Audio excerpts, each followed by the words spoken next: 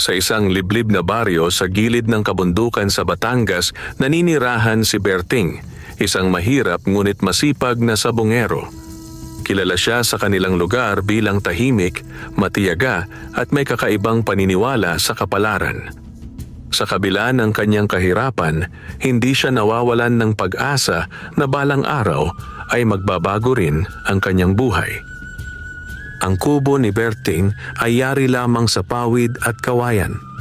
Sa paligid nito ay may maliit siyang bakuran kung saan siya nag-aalaga ng ilang manok panabong. Ngunit ang karamihan sa kanyang mga alaga ay hindi ganoon kalalakas. Madalas siyang matalo sa sabungan at kung minsan ay napipilitan siyang umutang upang may maipangtaya lamang. Gayunpaman, hindi nawawala ang kanyang paniniwala na darating ang araw na magkakaroon siya ng isang manok na magdadala sa kanya ng swerte. Isang umaga, habang papasikat pa lamang ang araw, naglakad si Berting patungo sa kagubatan. May dala siyang maliit na bayong, umaasang makakakuha ng mga halamang gamot at prutas na maaari niyang ipagbili sa bayan. Tahimik ang paligid at tanging huni ng mga ibon ang maririnig. Habang siya ay naglalakad sa mas masukal na bahagi ng kagubatan, may napansin siyang kakaibang liwanag sa ilalim ng isang matandang puno ng balete. Napahinto siya at unti-unting lumapit. Doon, sa gitna ng mga tuyong dahon, ay may isang maliit na kumpol ng halaman. Hindi ito pangkaraniwan. Ang mga bunga nito ay tila nagliliyab sa kulay pula, mga siling labuyo. Ngunit ang kakaiba, ang dalawang sili ay magkadikit. Tila iisang bunga ngunit may dalawang ulo. Para itong kambal na isinilang mula sa iisang tangkay. Napakunot ang noo ni Berting. Hindi pa siya nakakita ng ganitong uri ng sili. Maingat niya itong pinitas at pinagmasdan. Habang hawak niya ang kambal na sili, tila may kakaibang init na dumadaloy sa kanyang palad. Hindi ito nakapapaso, ngunit may kakaibang lakas na hindi niya maipaliwanag. Parang may buhay, bulong niya sa sarili. Sa sandaling iyon, may marahan siyang narinig na tinig mula sa likuran. Hindi lahat ng natatagpuan ay dapat inaari. Napalingon si Berting at nakita ang isang matandang lalaki na nakatayo sa lilim ng balete. Mahaba ang balbas nito at nakasuot ng lumang damit na tila kasing tanda na ng kagubatan. "Po?" tanong ni Berting, bahagyang nagulat. Lumapit ang matanda at tumingin sa kanyang kamay. Nakita nito ang kambal na siling labuyo. "Ang hawak mo ay hindi pangkaraniwang bagay," sabi ng matanda. "Iyan ay biyaya at pagsubok." Napayuko si Berting. "Hindi ko po alam. Nakita ko lang po rito." "Ang kambal na sili na yan," patuloy ng matanda, "ay may kakayahang magbigay ng lakas at swerte sa sino mang may dalisay na hangarin. Ngunit kung gagamitin sa kasakiman, ito'y magdadala ng kapahamakan." Natahimik si Berting. Hindi niya alam kung maniniwala siya, ngunit may kakaiba sa presensya ng matanda na nagbigay sa kanya ng kaba at paggalang. "Ano po ang dapat kong gawin?" tanong niya. Ngumiti ang matanda, ngunit ang ngiti nito ay tila may lihim na kahulugan. "Alagaan mo yan. Huwag mong hahayaang maagaw o mapahamak. At higit sa lahat, tandaan mo, ang tunay na lakas ay hindi nagmumula sa bagay, kundi sa puso ng taong gumagamit nito." Pagkasabi nito, unti-unting naglakad palayo ang matanda hanggang sa tuluyan itong nawala sa likod ng mga puno. Naiwan si Berting na nakatayo, hawak ang kambal na siling labuyo. Hindi niya maipaliwanag ang kanyang nararamdaman, ngunit alam niyang ang simpleng araw na iyon ay simula ng malaking pagbabago sa kanyang buhay. Maingat niyang inilagay ang sili sa kanyang bayong at nagpasiyang umuwi na lamang. Hindi na niya tinuloy ang pangunguha ng iba pang halaman. Pagdating sa kanyang kubo, agad niyang inilabas ang kambal na sili at inilagay ito sa isang maliit na mangkok na gawa sa kahoy. Tinitigan niya ito ng matagal. Kung totoo man ang sinabi ng matanda, bulong niya, Ito na ang pagkakataon ko. Kinagabihan, habang pinapakain niya ang kanyang mga manok, may napansin siyang kakaiba. Ang isa sa kanyang pinakamahinang tandang ay tila naging masigla.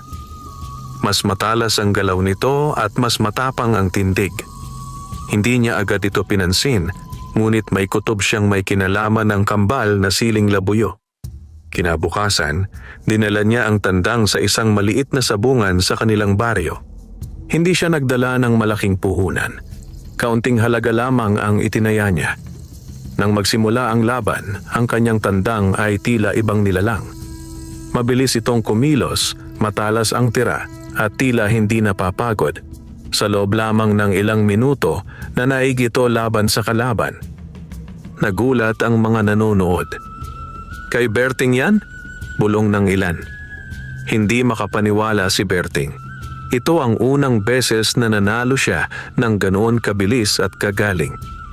Pag-uwi niya, agad niyang tiningnan ang kambal na siling labuyo. Tahimik itong nakahiga sa mangkok, ngunit tila mas maliwanag ang kulay nito kaysa dati. Doon nagsimulang maniwala si Berting na ang kakaibang sili na iyon ay may taglay na kapangyarihan. Ngunit kasabay ng kanyang paniniwala ay ang pag-usbong ng isang bagong damdamin, ang pagnanais na yumaman, ang hangaring manalo ng manalo, at ang pag-asang makamit ang buhay na matagal na niyang pinapangarap. Sa kanyang puso, unti-unting sumibol ang isang tanong. Hanggang saan niya gagamitin ang biyayang iyon? At sa katahimikan ng gabi, habang ang hangin ay marahang humahaplos sa kanyang kubo, tila may nakatagong panganib na unti-unting lumalapit. Isang kapalarang hindi pa niya lubos na nauunawaan.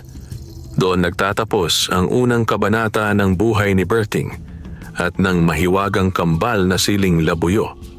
Isang simula na magdadala sa kanya sa landas ng kapalaran, pagsubok at kapangyarihan. Mula nang mangyari ang unang panalo ni Berting sa sabungan, tila nag-iba ang takbo ng kanyang mga araw. Ang dating tahimik at halos walang pag-asa na buhay ay napalitan ng kakaibang sigla at pananabik. Sa bawat umaga, ang unang hinahanap ng kanyang mga mata ay ang mangkok na kinalalagyan ng kambal na siling labuyo. Hindi niya ito kinakain ni ginagamit sa pagluluto. Sa halip, inilalapit niya lamang ito sa kanyang mga alagang tandang na parabang may lihim na koneksyon ang mga ito sa mahiwagang bunga. At sa bawat araw na lumilipas, napapansin niyang lalong lumalakas ang kanyang mga alaga. Ang dating mahihinang tandang ay nagiging agresibo, mabilis at matibay. Ang kanilang mga mata ay tila nag-aapoy sa determinasyon at ang kanilang mga galaw ay parang ginagabayan ng isang hindi nakikitang puwersa. Hindi nagtagal, muling sumubok si Berting sa mas malaking sabungan sa kalapit na bayan. Bitbit niya ang kanyang paboritong tandang, isang dating hamak na manok na ngayoy tila isang tunay na mandirigma. Habang papalapit siya sa sabungan, nararamdaman niya ang tibok ng kanyang dibdib. May halong kaba at pananabik, ngunit mas nangingibabaw ang kumpiyansa. "Berting, sasali ka ulit?" bati ng isang kapwa sa bungero. "Oo," sagot niya, maikling ngunit matatag. Napansin ng ilan ang kakaibang aura ng kanyang tandang. May ilan pang nagbulungan, tila nagtataka kung paano biglang gumaling ang kanyang mga alaga. Ngunit walang nakakaalam ng kanyang lihim. Nang magsimula ang laban, muling namangha ang lahat. Ang tandang ni Berting ay hindi lamang nanalo. Dinomina nito ang laban. Mabilis, eksakto at walang pag-aatubili ang bawat galaw. Parang alam nito ang bawat kilos ng kalaban bago pa man ito mangyari. Sunod-sunod ang kanyang panalo sa mga sumunod na linggo. Mula sa maliit na taya, unti-unti siyang nakakaipon ng mas malaking halaga. Nakabili siya ng mas magandang pagkain para sa kanyang mga alaga. Nakapagayos siya ng kaunti sa kanyang kubo. At sa unang pagkakataon, nakatikim siya ng ginhawa. Ngunit kasabay ng kanyang pag-angat ay ang unti-unting pagbabago ng kanyang ugali. Ang dating mapagkumbabang Berting ay nagsimulang maging mapangahas. Hindi na siya basta kontento sa maliit na panalo. Gusto niya ng mas malaki, mas mabilis, mas sigurado. Isang gabi, habang nakaupo siya sa harap ng kanyang kubo, kinuha niya ang kambal na siling labuyo at pinakatitigan ito. Kung kaya mong gawin ang mga tandang ko na ganito kalakas, bulong niya, ano pa kaya ang kaya mong gawin? Sa unang pagkakataon, sumagi sa kanyang isip ang isang mapanganib na ideya. Paano kung siya mismo ang makinabang sa kapangyarihan nito? Ngunit agad niyang naalala ang sinabi ng matandang lalaki sa kagubatan. Kung gagamitin sa kasakiman, ito'y magdadala ng kapahamakan. Napabuntong hininga si Berting at ibinalik ang sili sa mangkok. Hindi, sapat na ito, sabi niya sa sarili. Ngunit sa kabila ng kanyang mga salita, may bahagi sa kanyang puso ang hindi makontento. Habang patuloy ang kanyang panalo, mas lalo siyang napapansin sa sabungan. May mga sabungerong nagsimulang magmasid sa kanya. May ilan na naiinggit at may ilan ding nagdududa. Isa na rito si Mang Celso, isang kilalang mayamang sabungero sa bayan. Matagal nang namamayagpag si Mang Celso sa sabungan, halos walang nakakatalo sa kanyang mga manok at marami ang may takot at respeto sa kanya. Ngunit sa pagdating ni Berting, unti-unting nababawasan ang kanyang dominasyon. Isang araw, habang si Berting ay nagbibilang ng kanyang panalo, lumapit si Mang Celso sa kanya. Berting, malamig na bati nito. Magandang araw po, sagot ni Berting. Pilit na magalang. Pinagmasdan ni Mang Celso ang kanyang tandang. Magaling ang manok mo, sabi nito. Pero hindi normal ang ganitong sunod-sunod na panalo. Hindi agad nakasagot si Berting. May sikreto ka ano? Dugtong ni Mang Celso. Wala po, pinaghirapan ko lang, sagot ni Berting. Pilit na pinananatiling kalmado ang kanyang boses. Umiti si Mang Celso. Ngunit hindi ito umabot sa kanyang mga mata. Mag-ingat ka, sabi nito.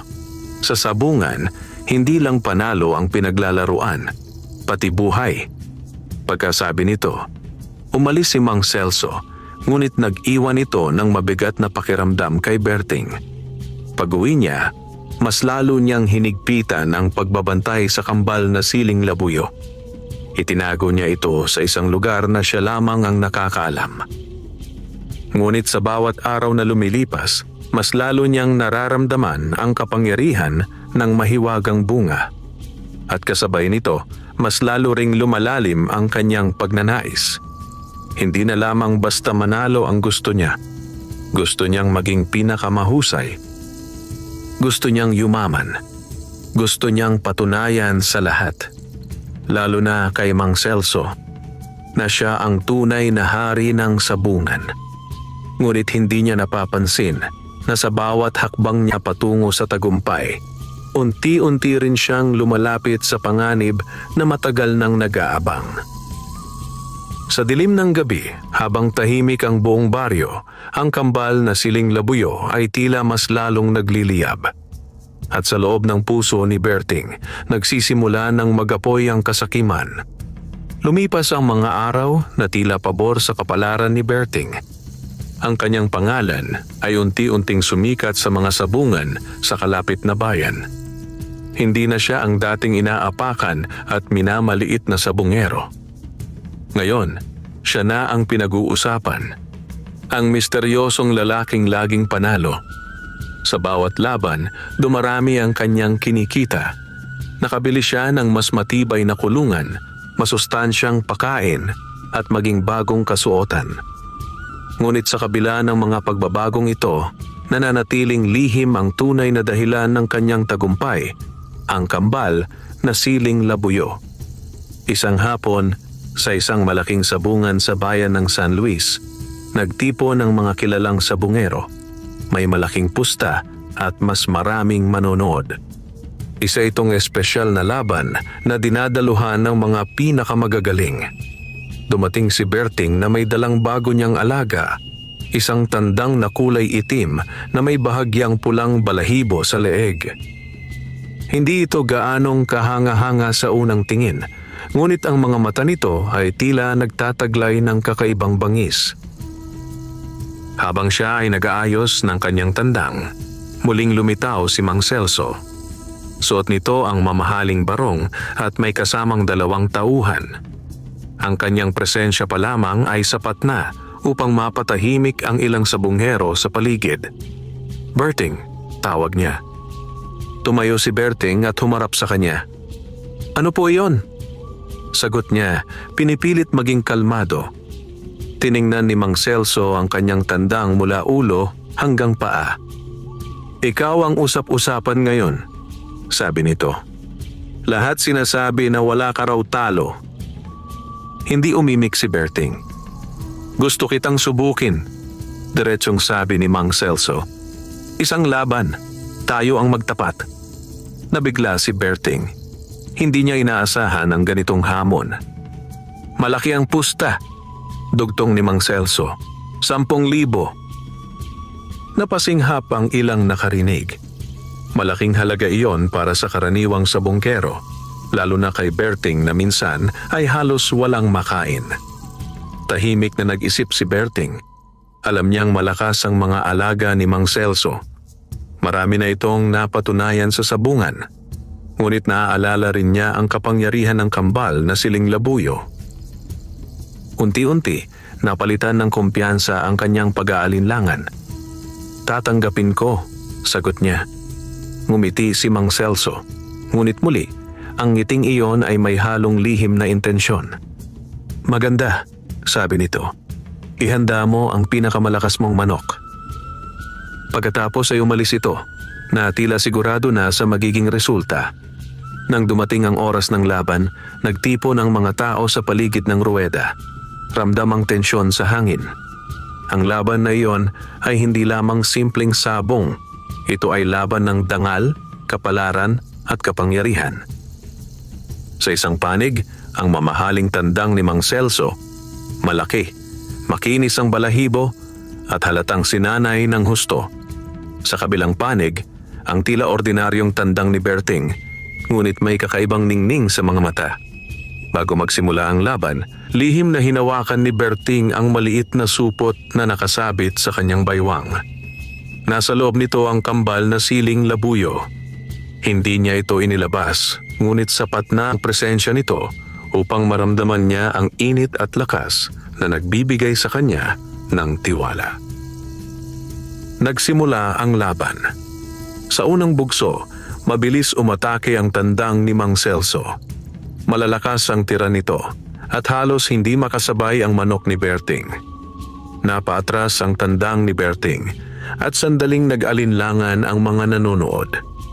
Matatalo na yata, bulong ng ilan. Ngunit sa gitna ng laban, may nangyaring kakaiba. Biglang nagbago ang galaw ng tandang ni Berting.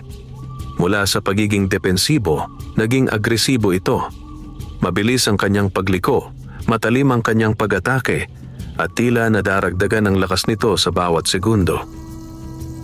Parang may apoy na nag-aalab sa loob nito. Nagulat si Mang Celso. Hindi niya inaasahan ang biglang pagbawi ng kalaban. Sa loob lamang ng ilang sandali, nagbago ang takbo ng laban. Ang tandang ni Berting ang nagsimulang mangibabaw. Isang malakas na atake ang tumama sa kalaban at doon tuluyang bumigay ang tandang ni Mang Celso. Tahimik ang buong sabungan. Pagkatapos ay sumabog ang sigawan. "Panalo si Berting!" Hindi makapaniwala si Mang Celso. Nanlaki ang kanyang mga mata habang tinititigan ang kanyang natalong manok. Samantala, si Berting ay nakatayo lamang, tila hindi pa rin lubos na matanggap ang kanyang tagumpay. Ngunit sa loob ng kanyang puso, may kakaibang saya, isang matinding pakiramdam ng kapangyarihan. Lumapit si Mang Celso sa kanya. Mabigat ang hakbang. "Hindi ito normal," sabi nito. Mahina ngunit may halong galit. "Nanalo lang po ako," sagot ni Berting. "Hindi ka basta nanalo," sagot ni Mang Celso. "May tinatago ka." Hindi sumagot si Berting. Hindi pa ito tapos, dugtong ni Mang Celso. Babalikan kita. Pagkasabi nito, tumalikod ito at umalis.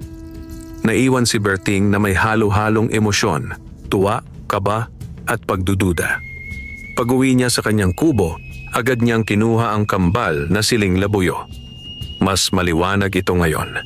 Mas mainit sa pakiramdam. Dahil sa'yo, bulong niya. Ngunit sa pagkakataong iyon, hindi niya napansin ang bahagyang pagbabago sa anyo ng sili. Ang tila paggalaw nito na para bang may sariling buhay. At sa kanyang likuran, sa dilim ng gabi, may mga matang nagmamasid. Hindi pa tapos ang laban. Sa katunayan, nagsisimula pa lamang ang tunay na pagsubok ni Berting. Pagkatapos ng laban kay Mang Celso, mas lalo pang umingay ang pangalan ni Berting sa buong bayan. Ang dating simpleng sabongero ay ngayon kinikilala na bilang isa sa pinakamalalakas. Ang kanyang panalo laban sa isang veterano at mayamang sabongero ay tila isang himala sa paningin ng marami. Ngunit hindi lahat ay natutuwa.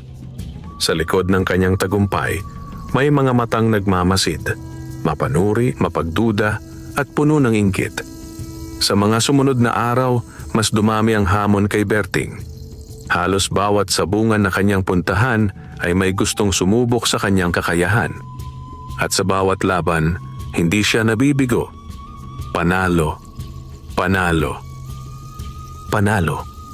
Unti-unting lumalaki ang kanyang kita. Nakapagpatayo siya ng mas maayos na bahay na yari sa kahoy. Nakabili siya ng mas maraming manok at nagsimulang mag-alaga ng mas dekalidad na lahi. Ngunit kasabay ng kanyang pag-angat ay ang paglalim ng kanyang pagnanais. Hindi na sapat ang simpleng panalo. Gusto niya ng mas malaking pustahan, mas malaking kita, mas malaking pangalan. Isang gabi, habang siya ay nag-iisa sa loob ng kanyang bagong bahay, kinuha niya ang kambal na siling labuyo mula sa kanyang pinagtaguan. Pinagmasdan niya ito ng matagal. Ang kulay nito ay mas matingkad kaysa dati. Ang dating simpleng pula ay ngayon tila nag-aapoy sa dilim. At sa kanyang palad, muli niyang naramdaman ang init. Ngunit ngayon, mas malakas, mas mabigat. Gaano pa kalakas ang kaya mong ibigay? Tanong niya sa sarili. Dahan-dahan niyang inilapit ang sili sa kanyang dibdib. Sa sandaling iyon, tila may kakaibang lakas na dumaloy sa kanyang katawan. Napapikit siya at sa isang iglap nakaramdam siya ng kakaibang linaw ng isipan. Parang mas mabilis siyang mag-isip, mas matalas ang kanyang pakiramdam. Bigla siyang napaatras. Napahawak siya sa kanyang ulo. Ano yon? Bulong niya. Sa unang pagkakataon, naramdaman niya na ang kapangyarihan ng kambal na siling labuyo ay hindi lamang para sa kanyang mga manok. Maaari rin itong makaapekto sa kanya. Ngunit kasabay ng lakas na iyon ay isang kakaibang bigat sa kanyang dibdib. Isang pakiramdam na hindi niya maipaliwanag. Mula sa gabing iyon, nagbago ang kanyang pag-uugali. Mas naging agresibo siya sa sabungan. Mas malaki ang kanyang mga taya. Kahit ang mga laban na dati iiwasan niya, ngayon ay hinaharap niya ng walang takot. At tila pinapaboran pa rin siya ng kapalaran. Ngunit may kapalit ang lahat. Isang araw, napansin ng kanyang kapitbahay na si Aling Nena ang kanyang pagbabago. "Berting," sabi nito, "parang iba ka na." Napatingin si Berting sa matanda. "Bakit po?" tanong niya. "Hindi ka na katulad ng dati," sagot ni Aling Nena. "Mas matigas ang iyong mukha. Parang may dala kang mabigat." Hindi sumagot si Berting. Sa halip, ngumiti lamang siya at umiwas ng tingin. Ngunit sa kanyang puso, alam niyang may katotohanan ang sinabi ng matanda. Sa bawat paggamit niya ng kapangyarihan ng kambal na siling labuyo, tila may bahagi sa kanya ang unti-unting nawawala. At kasabay nito, may ibang bagay na pumapalit. Isang gabi, habang siya ay natutulog, na naginip siya. Nasa gitna siya ng kagubatan.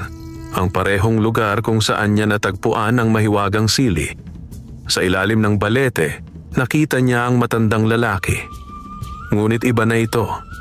Ang dating payapang anyo ng matanda ay napalitan ng isang mabigat at seryosong mukha. "Berting," tawag nito. Lumapit siya. "Ginagamit mo na ang biyaya para sa sarili mong kapritsyo," sabi ng matanda. "Hindi po," sagot ni Berting. "Ginagamit ko lang po ito para umangat sa buhay." "Ang pag-angat ay hindi masama," sagot ng matanda. "Ngunit ang kasakiman, iyon ang simula ng pagbagsak." Biglang nagbago ang paligid. Ang kagubatan ay naging madilim. Ang mga puno ay tila gumagalaw. At ang kambal na siling labuyo sa kanyang kamay ay biglang naging mas malaki, mas maliwanag at mas mapanganib. Kapag hindi mo ito kinontrol, dugtong ng matanda, ito ang kokontrol sa'yo. Napasinghap si Berting at nagising. Hingal na hingal siya, pawis na pawis, at mabilis ang tibok ng kanyang puso. Agad niyang hinanap ang kambal na siling labuyo.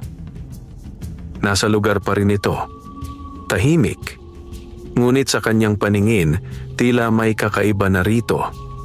Hindi na lamang ito isang bagay na nagbibigay ng swerte. Isa na itong puwersang may sariling kagustuhan. Sa labas ng kanyang bahay, may marahang yabag na narinig. May mga taong palihim na nagmamasid sa kanya.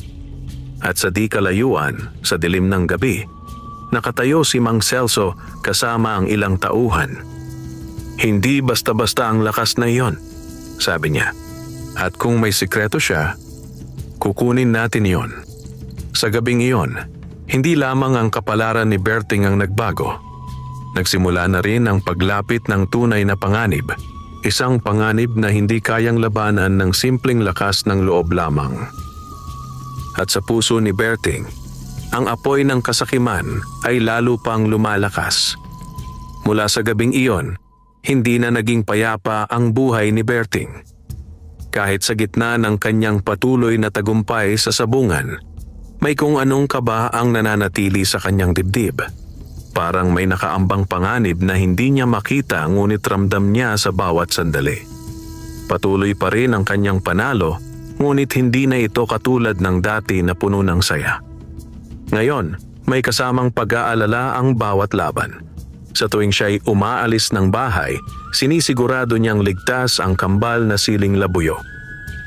Itinago niya ito sa isang lihim na lagusan sa ilalim ng kanyang sahig, isang maliit na hukay na tinakpan ng kahoy at lupa. Siya lamang ang nakakaalam nito. Ngunit sa kabila ng kanyang pag-iingat, may mga matang patuloy na nagmamasid. Isang gabi, habang si Berting ay papauwi mula sa sabungan, napansin niyang tila may sumusunod sa kanya. Mabigat ang kanyang mga hakbang habang tinatahak ang madilim na daan pauwi sa baryo. Huminto siya. Tahimik ang paligid.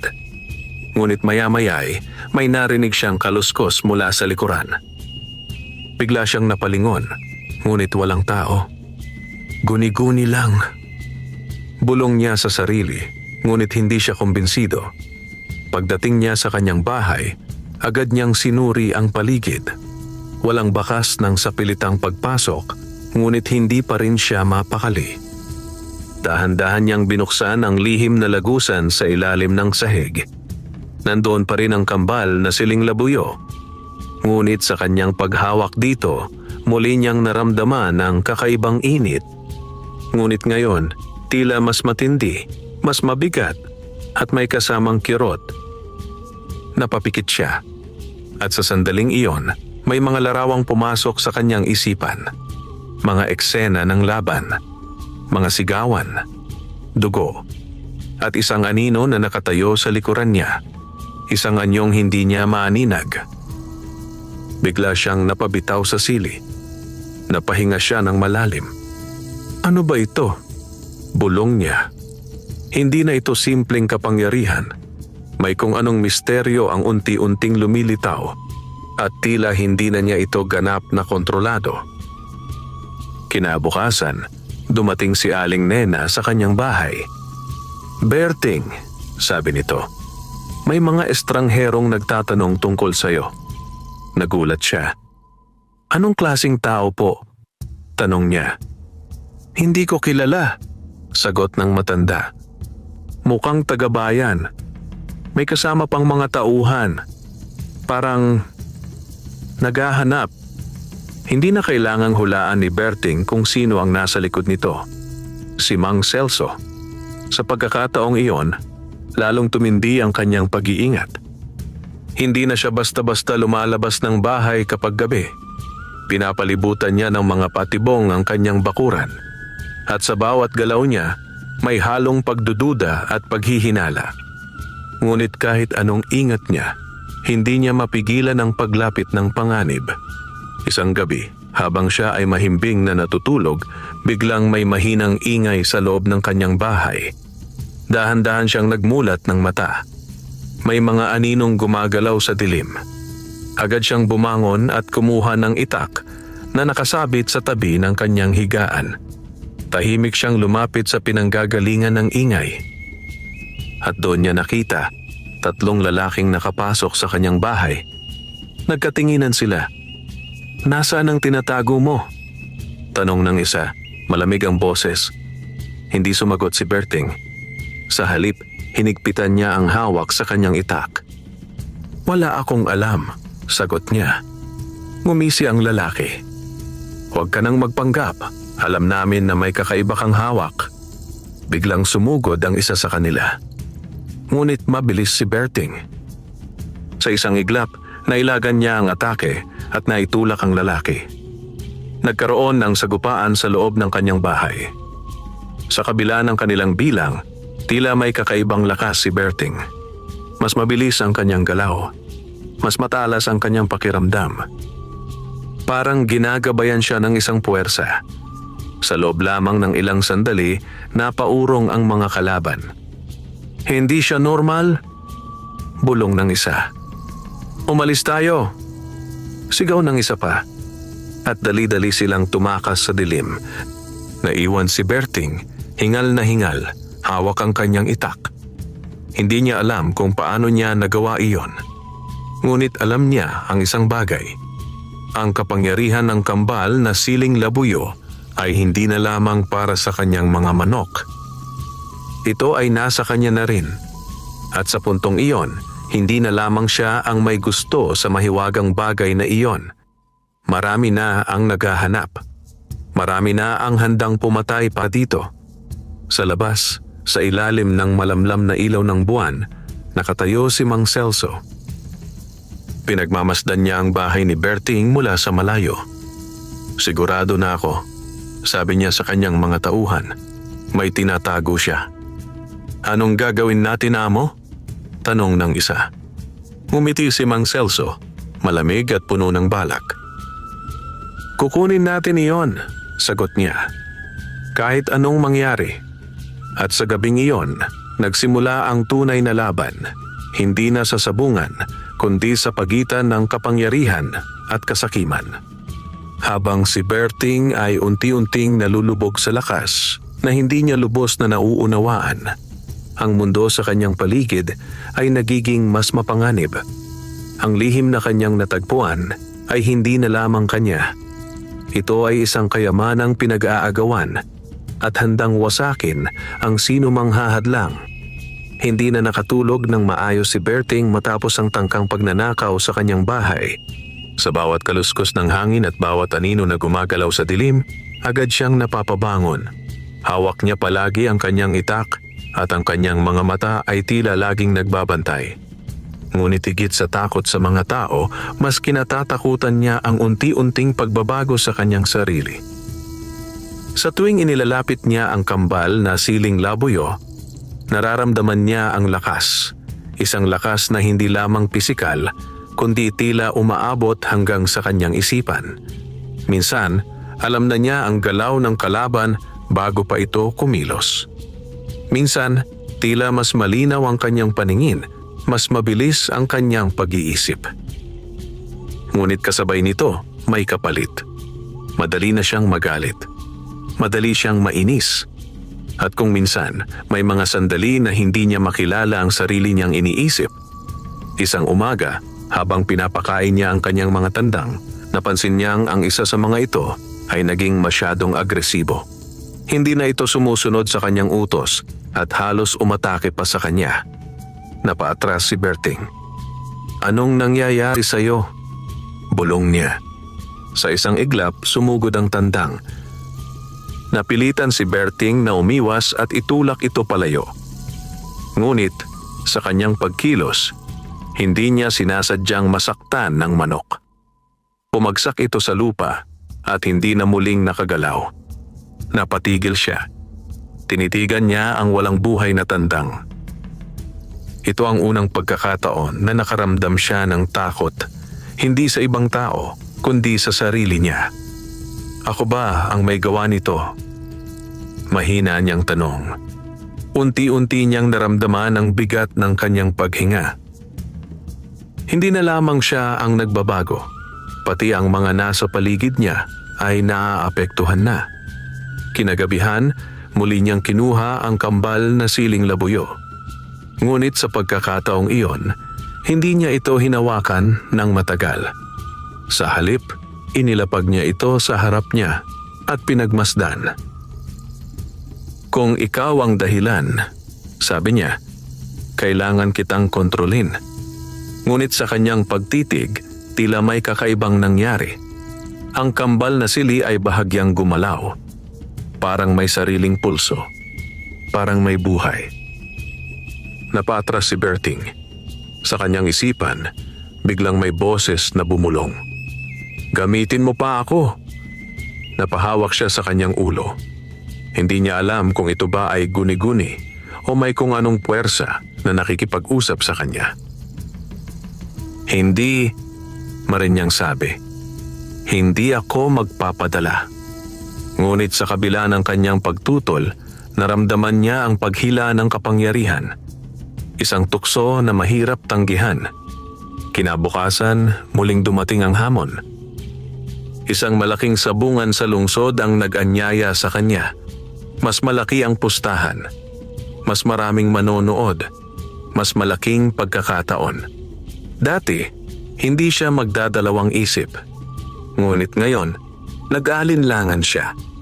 Naalala niya ang nangyari sa kanyang tandang. Naalala niya ang boses sa kanyang isipan. At higit sa lahat, naalala niya ang babala ng matandang lalaki.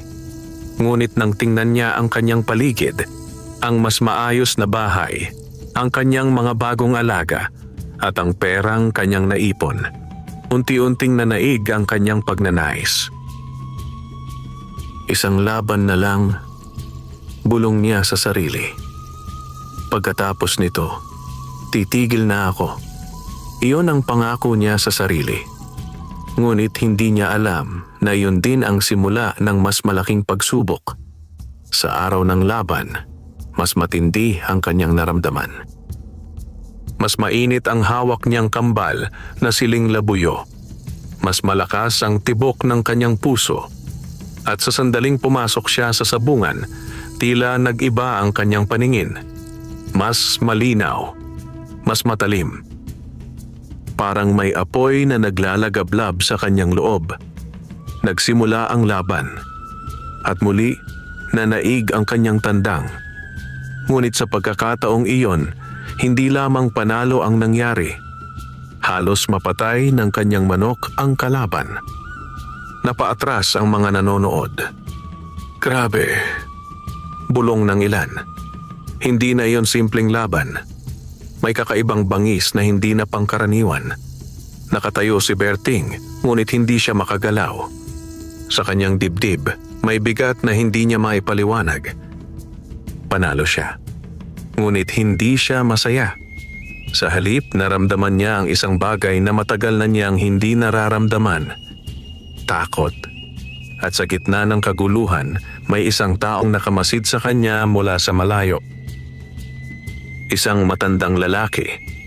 Ang parehong taong nakita niya sa kagubatan.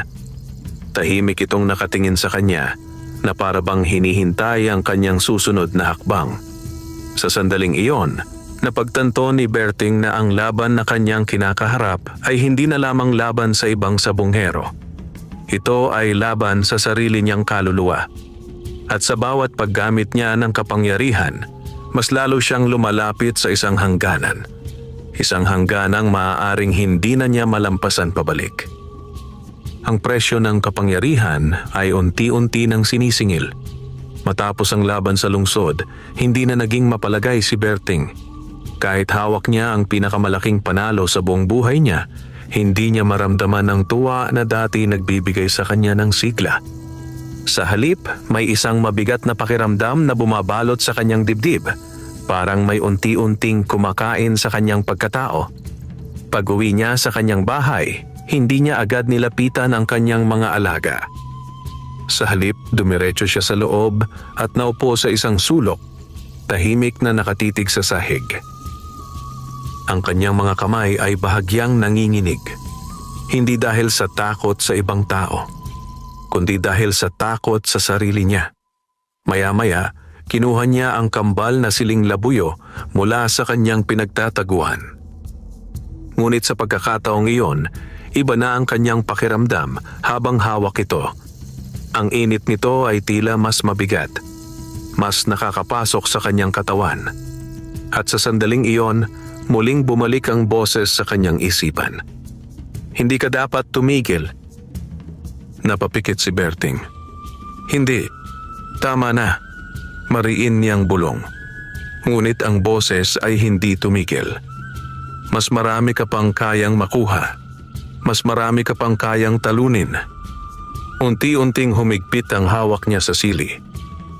Parang may bahagi sa kanya na gustong sumunod, na gustong magpatuloy, na gustong lamunin ang lahat ng kapangyarihang kayang ibigay nito.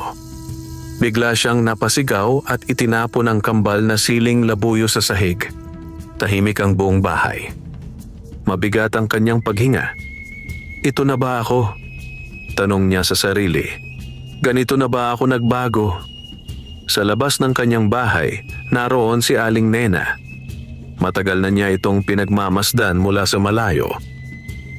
Dahan-dahan siyang lumapit at kumatok. Berting, ayos ka lang ba? Tanong niya. Hindi agad sumagot si Berting.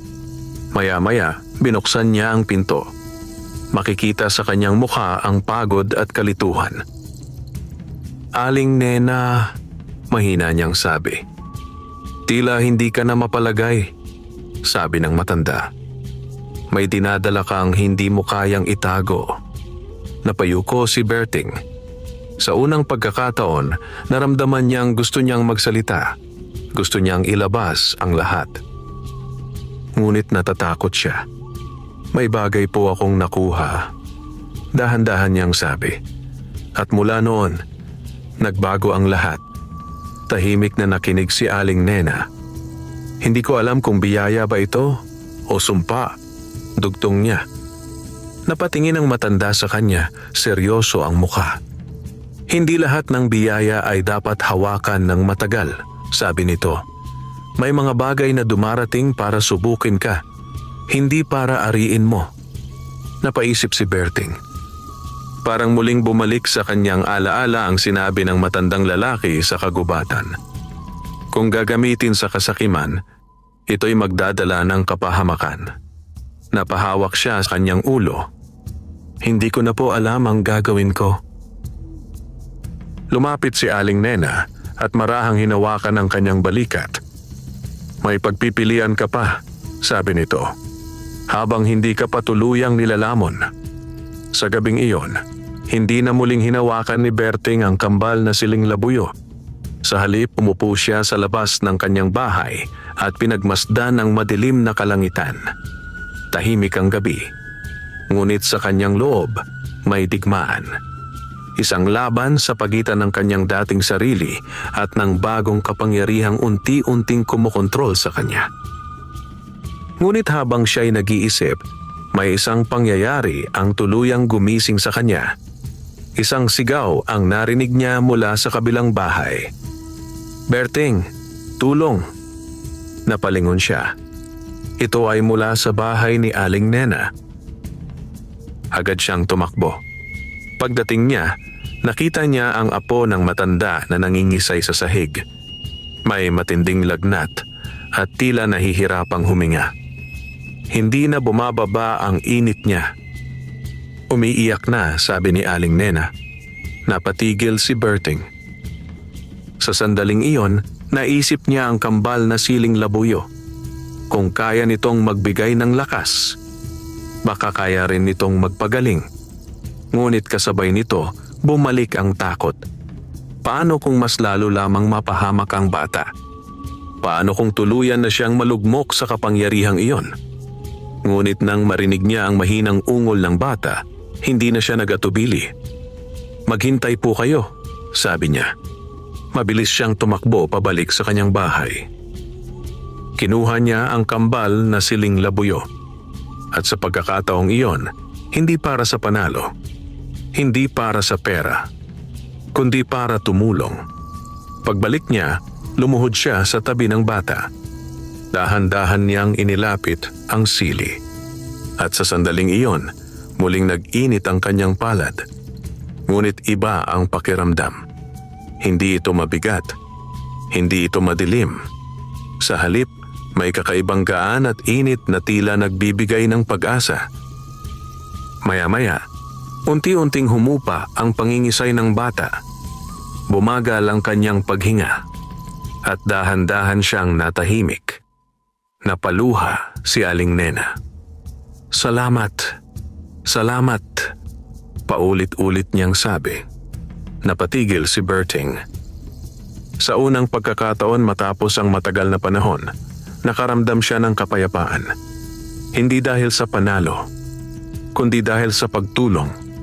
Sa sandaling iyon, napagtanto niya ang isang mahalagang bagay. Ang kapangyarihan ay hindi masama. Ngunit ang paggamit nito ang siyang nagtatakda kung ito ay magiging biyaya o sumpa. Ngunit habang siya'y nakaupo roon, hindi niya napansin ang isang pares ng matang nagmamasid mula sa dilim. Si Mang Celso. At sa pagkakataong iyon, alam na niya ang hinahanap niya. Hindi lang panalo ang kayang ibigay ni Berting, bulong niya. Mas mahalaga pa pala ang kapangyarihang hawak niya. At sa kanyang mga mata, hindi na lamang ito inggit, kundi isang matinding pagnanasa na ang kinin ng lihim ni Berting. Habang si Berting ay nagsisimulang magbago, ang panganib ay lalo pang lumalapit. At ang susunod na laban ay hindi na maiiwasan. Matapos ang gabing nailigtas ni Berting ang apo ni Aling Nena, may kakaibang katahimikan na bumalot sa kanyang puso. Sa unang pagkakataon matapos ang mahabang panahon, naramdaman niyang may kabuluhan ang kapangyarihang kanyang hawak, hindi lamang para sa sarili, kundi para sa iba. Ngunit ang kapayapaang iyon ay hindi nagtagal. Sa kabilang dako, si Mang Celso ay hindi na makapaghintay. Nakita na niya ang kanyang hinahanap, isang kapangyarihang higit pa sa sabong, isang lihim na kayang magbigay ng lakas, panalo at maging buhay. At para sa kanya, iyon ay hindi dapat manatili kay Berting. Isang madilim na gabi, habang ang baryo ay natutulog, tahimik na gumalaw ang mga tauhan ni Mang Celso. Dahan-dahan silang lumapit sa bahay ni Berting, maingat upang hindi makagawa ng ingay. Sa loob si Berting ay gising. Hindi na siya basta natutulog ng mahimbing, may kutob siyang may darating. At tama siya. May narinig siyang yabag sa labas. Mabilis siyang tumayo at kinuha ang kanyang itak. Agad niyang tinungo ang lihim na lagusan sa ilalim ng sahig at kinuha ang kambal na siling labuyo. Sa sandaling iyon, muling naramdaman niya ang init nito. Ngunit ngayon, hindi ito mabigat. Hindi ito nakakatakot. Parang tumutugon ito sa kanyang hangarin.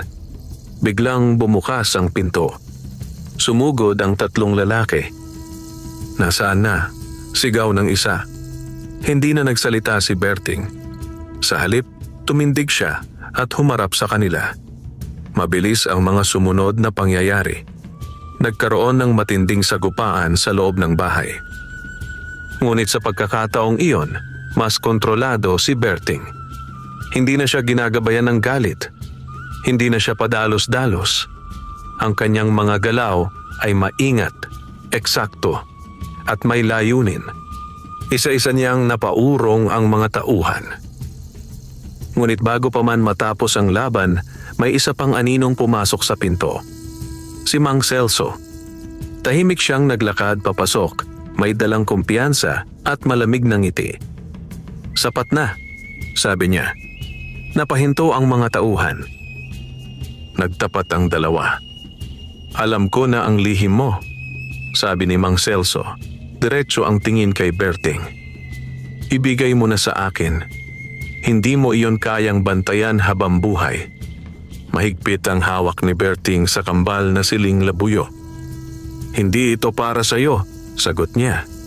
Ngumiti si Mang Celso. "Lahat ng bagay ay may halaga," sabi nito, "at kaya kong ibigay ang kahit ano." "Hindi lahat nabibili," mariing sagot ni Berting.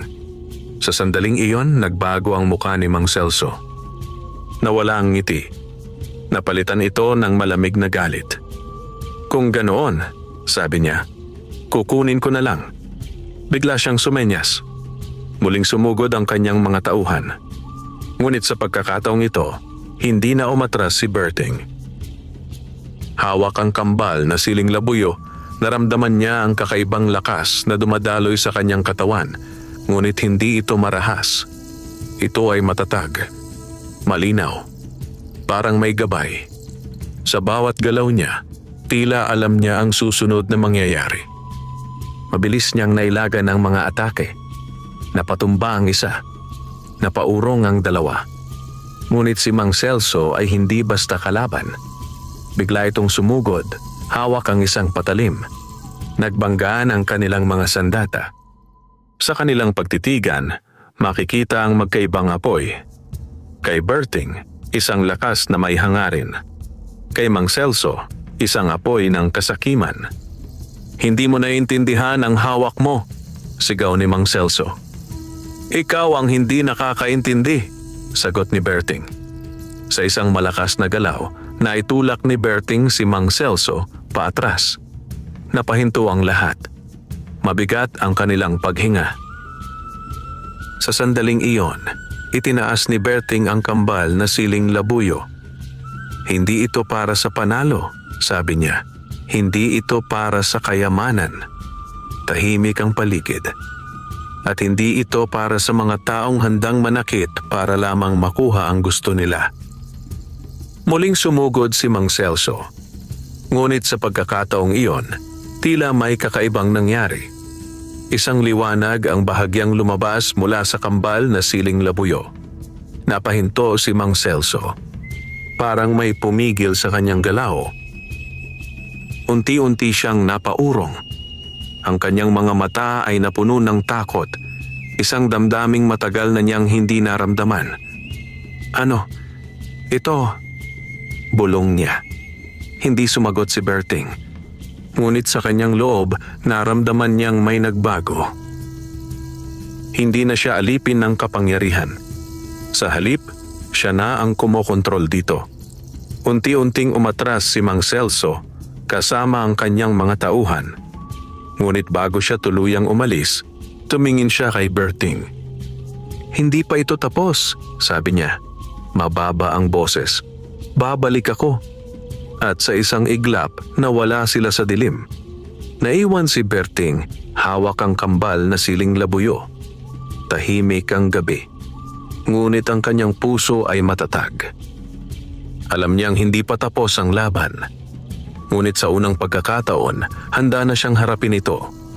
Hindi na bilang isang sabungerong naghahangad ng panalo, kundi bilang isang taong may pananagutan sa kapangyarihang kanyang hawak. At sa paparating na mga araw, isang mas malaking pagsubok ang naghihintay. Isang laban na magtatakda kung ang kambal na siling labuyo ay mananatiling biyaya o tuluyang magiging sumpa. Hindi na bumalik si Mang Celso sa mga sumunod na araw. Ngunit hindi iyon nagbigay ng kapayapaan kay Berting. Sa halip, mas lalo siyang naging mapagmatyag. Alam niyang ang katahimikan ay hindi nangangahulugang tapos na panganib. Sa halip, ito ay tanda lamang ng isang mas malaking bagay na paparating. Sa mga panahong iyon, bihira na siyang pumunta sa sabungan. Hindi na niya hinahanap ang ingay ng laban, ang sigawan ng tao at ang tamis ng panalo. Mas pinili niyang manatili sa baryo, alagaan ang kanyang mga manok at tulungan ang mga kapitbahay sa abot ng kanyang makakaya. Minsan, ginagamit niya ang kambal na siling labuyo upang gamutin ang may sakit. Minsan naman, para palakasin ang loob ng mga nangangailangan. Ngunit sa bawat paggamit niya nito, nararamdaman niyang may unti-unting pagbabago. Hindi na ito tulad ng dati na nagbibigay lamang ng lakas. Parang may hinihingi rin ito kapalit. Isang gabi, habang siya ay nakaupo sa labas ng kanyang bahay, muling lumitaw ang matandang lalaki mula sa kagubatan. Tahimik itong lumapit. "Malayo na ang narating mo," sabi nito. Tumayo si Berting. "Kayo po," bulong niya. "Dumating na ang oras," dugtong ng matanda. "Ang huling pagsubok." Napakunot ang noo ni Berting. "Anong ibig niyong sabihin?" Tumingin ang matanda sa kambal na siling labuyo na hawak ni Berting. "Ang kapangyarihan na yan ay hindi ginawa para manatili sa mundo ng tao," sabi nito. "Ito ay pansamantalang ipinahiram lamang." Natahimik si Berting. "Kung ganoon po, kailangan ko na itong ibalik?" tanong niya. Tumango ang matanda. "Ngunit hindi magiging madali," sagot nito. "May isa pang taong naghahangad niyan at gagawin niya ang lahat para makuha iyon." Hindi na kailangang hulaan ni Berting kung sino iyon. Si Mang Celso. "Kapag dumating ang sandali," sabi ng matanda, "kailangan mong pumili sa pagitan ng kapangyarihan at ng iyong sarili." Pagkasabi nito, unti-unting nawala ang matanda sa dilim. Naiwan si Berting, tahimik na nag-iisip. Alam niyang darating ang sandaling iyon. At hindi nagtagal, dumating nga ito. Isang gabi, biglang nagliyab ang kalangitan sa di kalayuan. May apoy na nagmumula sa gilid ng baryo. "Sunog!" sigaw ng mga tao. Agad na tumakbo si Berting papunta roon. Pagdating niya, nakita niya ang ilang bahay na nasusunog at sa gitna ng kaguluhan, naroon si Mang Celso kasama ang kanyang mga tauhan. "Lumabas ka, Berting!" sigaw nito. "Alam kong narito ka." Nagkagulo ang mga tao. May mga umiiyak, may mga tumatakbo, may mga natatakot. At sa sandaling iyon, naintindihan ni Berting, hindi ito basta pag-atake. Ito ay isang hamon. Dahan-dahan siyang lumapit. "Heto na ako," sabi niya. Tumigil si Mang Celso. Ngumiti ito. "Alam kong lalabas ka," sabi nito. "Hindi mo kayang pabayaan ang mga tao." Mahigpit ang hawak ni Berting sa kambal na siling labuyo. "Tapusin na natin ito," sabi niya. Lumapit si Mang Celso. Sa kanyang mga mata, makikita ang matinding pagnanasa. "Ibigay mo sa akin yan," sabi nito, "at hahayaan kong mabuhay ang baryo mo." Natahimik si Berting. Sa kanyang paligid, ang apoy ay patuloy na lumalaganap. Ang mga tao ay nagdurusa. At sa kanyang kamay, naroon ang kapangyarihang maaaring magligtas o magwasak. "Hindi mo ito karapat-dapat," sabi niya. Biglang nagbago ang mukha ni Mang Celso. "Kung ganoon, mawawala sa iyo ang lahat," sigaw nito. Sumugod ito. Muling nagharap ang dalawa. Ngunit sa pagkakataong iyon, hindi lamang ito laban ng lakas. Ito ay laban ng paninindigan. Sa bawat galaw ni Berting, ramdam niya ang init ng kambal na siling labuyo. Sa bawat sandali, naririnig niya ang boses, "Gamitin mo ako." Ngunit sa pagkakataong iyon, hindi siya nagpadala. Sa halip, tumingin siya sa paligid. sa mga taong nangangailangan, sa baryong kanyang kinamulatan, at sa sandaling iyon, nagpasya siya. Mahigpit niyang hinawakan ang kambal na siling labuyo at dahan-dahan inilapit niya ito sa apoy. Kung ito ang kailangan, bulong niya, handa akong bitawan. Nagulat si Mang Celso. Ano ang ginagawa mo? Sigaw nito. Ngunit huli na ang lahat. Sa isang iglap, itinapon ni Berting ang kambal na siling labuyo sa naglalagablab na apoy. Sumiklab ang kakaibang liwanag. Parang may sumabog na enerhiya. Napaatras ang lahat. Sa gitna ng apoy, tila may anyong lumitaw. Isang liwanag na unti-unting umakyat sa kalangitan. At kasabay nito, unti-unting humina ang apoy. Nawala ang kakaibang init. At bumalik ang katahimikan. Napaupo si Berting sa lupa. Pagod, ngunit payapa. Samantala, si Mang Celso ay nakatayo, nanginginig.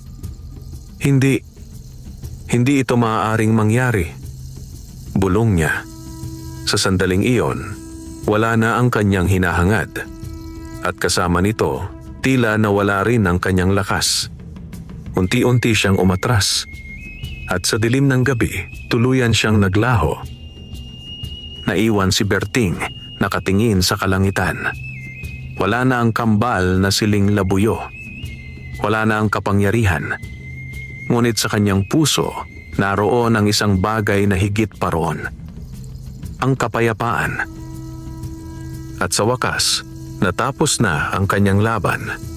Lumipas ang mga araw matapos ang gabing nasunog ang bahagi ng baryo. Unti-unting bumalik sa normal ang pamumuhay ng mga tao. Ang mga bahay na nasira ay muling itinayo sa tulong ng bawat isa. Sa gitna ng kanilang pagkakaisa, mas lalong tumibay ang samahan ng buong baryo. At sa gitna ng lahat ng iyon, naroon si Berting.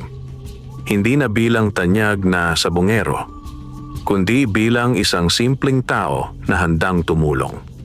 Matapos niyang isuko ang kambal na siling labuyo, tila may nawalang bigat sa kanyang dibdib. Ang kanyang isipan ay luminaw. Ang kanyang puso ay naging payapa. Hindi na siya hinahabol ng tukso ng kapangyarihan ni ng pagnanais na manalo ng walang hanggan. Sa halip, natutunan niyang pahalagahan ang mga bagay na dati niyang hindi napapansin.